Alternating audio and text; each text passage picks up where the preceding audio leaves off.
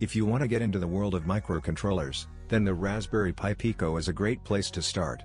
In this video, we will be explaining what a Raspberry Pi Pico is, describing its specifications and explaining what you can do with it.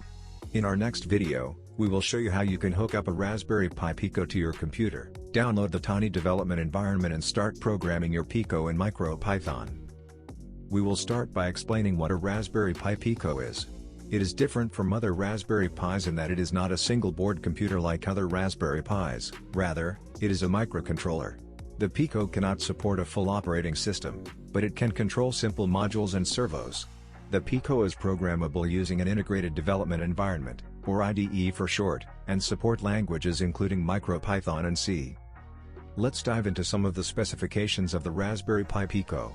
The Pico has a large on-chip memory, a programmable I/O subsystem and offers unrivaled power and flexibility.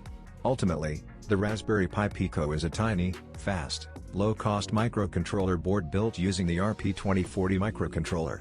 Now, we will discuss what an RO2040 microcontroller is. It is a stateless device with support for cached execution in place from external memory.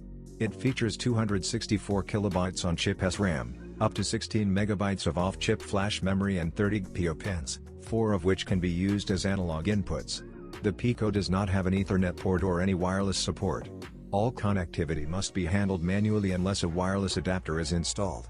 That's enough technical jargon for now. Let's discuss what you can do with a Raspberry Pi Pico.